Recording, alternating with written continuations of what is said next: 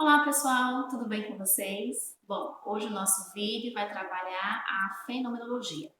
Nós sabemos que essa tendência teórica, ela parte de um momento do serviço social, que é o momento da reatualização do conservadorismo, que nós já temos vídeo aqui no canal para discutir isso, e eu acredito que nós precisamos compreender essa vertente teórica que o serviço social viveu especificamente na década de 70. Nós sabemos que a reatualização do conservadorismo é um momento problemático do serviço social e tem como base fundante a fenomenologia, mas eu acredito que para que a gente possa criticar, nós precisamos entender primeiro, né? E para isso, eu trouxe para participar aqui do vídeo com a gente, mais uma vez, o professor doutor Fabiano, para discutir um pouco a fenomenologia com a gente. É importante dizer que esse é um vídeo apenas introdutório, ele não se pretende esgotar a discussão, é apenas para que nós possamos entender um pouco esse fenômeno, ok? Então eu peço que vocês recebam com muito carinho o professor doutor em Sociologia, o professor Fabiano, então confiram logo após a vinheta.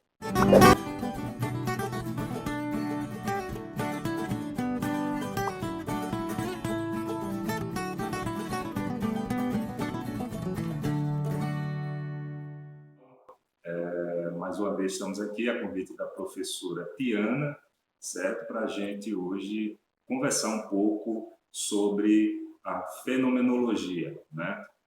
Primeiramente agradecer à professora Tiana pelo convite que ela nos faz, né, para participar mais uma vez aqui no seu canal, para a gente poder conversar um pouco, discutir um pouco, né? Então, agradecer a professora Tiana e agradecer também a você que está aí do outro lado, que está nos acompanhando, que está nos assistindo.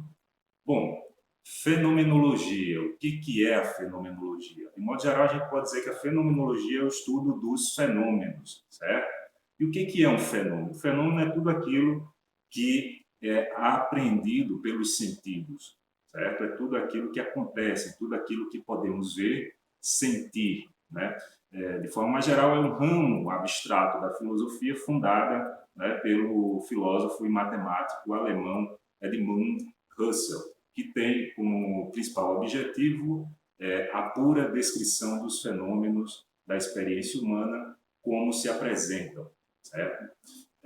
O Husserl compreende que o mundo é um fenômeno que precisa ser revelado. A fenomenologia é uma das principais, é um dos principais movimentos filosóficos do início do século XX, influenciou aí diversos pensadores no ramo da filosofia, também da psicologia e da sociologia, entre eles o Heidegger, o alemão Heidegger, o francês Jean-Paul Sartre, né, com o existencialismo que bebe na fonte da fenomenologia do Husserl, Jacques Derrida, Merleau-Ponty na psicologia, com a psicologia da percepção. Então, é um ramo do pensamento, né, que não se limitou apenas ao campo da filosofia, mas que seguiu também no campo da psicologia e da sociologia.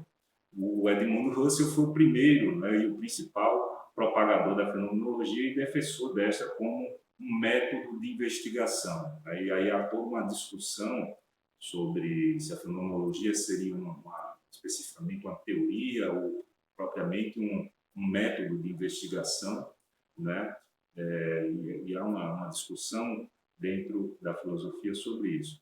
Bom, vamos falar um pouco da fenomenologia a partir do que o Edmund Husserl traz, né, do que ele apresenta como sendo a fenomenologia. Ela visa superar, né, o paradigma positivista e o paradigma empirista existente ali no final do século XIX e no começo do século XX, né, e pretende descrever os fenômenos tais como eles são vividos, né, como se mostram em si mesmo no mundo da vida. A fenomenologia tem como objetivo realizar a pura descrição dos fenômenos da experiência humana como se apresentam, né? Acho que esse é o principal, né, gancho dela, a pura descrição dos fenômenos da experiência humana como se apresentam, sem levar em consideração o contexto histórico que envolve estes fenômenos, né, suas particularidades, sua causa e o contexto social dessas experiências. O princípio, né, geral da fenomenologia é aquela em que você vai dizer: é preciso voltar às coisas mesmas, né? Ou seja, uma vez que o sujeito projeta no objeto, né, na coisa, seus hábitos, costumes, questões sociais, ordem lógica, psicologia, etc., toda essa projeção contamina o objeto, né? Contamina a coisa estudada, o fenômeno, ao tentar compreendê-la, né? Então, nesse sentido, o Russell afirma que é preciso voltar às coisas mesmo, ou seja, é preciso se despojar, pesquisador, enquanto pesquisador, né, do fenômeno, do objeto estudado, precisa se despojar de toda a carga valorativa que ele traz sobre as coisas, sobre o mundo, né, questões psicológicas e costumes, para chegar, né, à pura descrição dos fenômenos da experiência humana, como se apresentam, né? Então, é nesse sentido que o Russell afirma que é preciso chegar à essência abstrata dos objetos através do que ele chamou de redução transcendental, certo? Que seria justamente isso, né? Colocar em suspenso as crenças, os hábitos, as questões sociais, psicológicas, até chegar no verdadeiro conhecimento sobre o objeto. Voltar às coisas mesmas, ou seja, voltar aos fenômenos assim como aparece a consciência, né? Retirar as várias camadas que aparecem, que se sobrepõem às coisas. Tal postura, como a gente percebe, né, ela exige uma mudança de atitude em relação ao objeto estudado, né, isolando de toda a carga valorativa, costumes, hábitos, para se chegar em seus aspectos essenciais, certo? Então, a fenomenologia procura, na descrição do fenômeno, mostrar aquilo que seria o seu núcleo, né, o que seria fundamental, que seria a sua essência, despojada de toda essa carga valorativa, né, que o pesquisador traz, né, ao analisar os objetos estudados.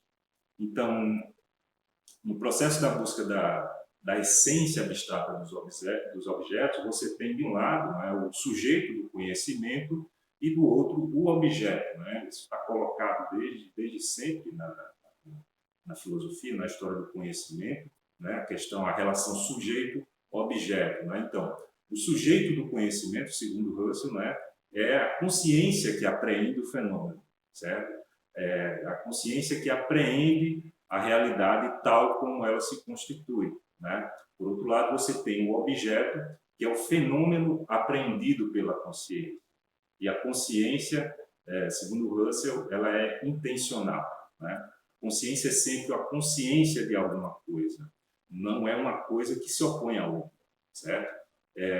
Percebe-se aí que há uma relação entre a consciência e as coisas, né? A consciência seria o olhar intelectual sobre as coisas, né? Então, a fenomenologia, eu diria que ela, talvez a principal contribuição metodológica dela seria essa, né?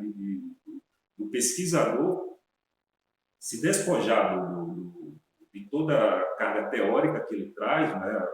Ao pesquisar, ao analisar os fenômenos sociais, né?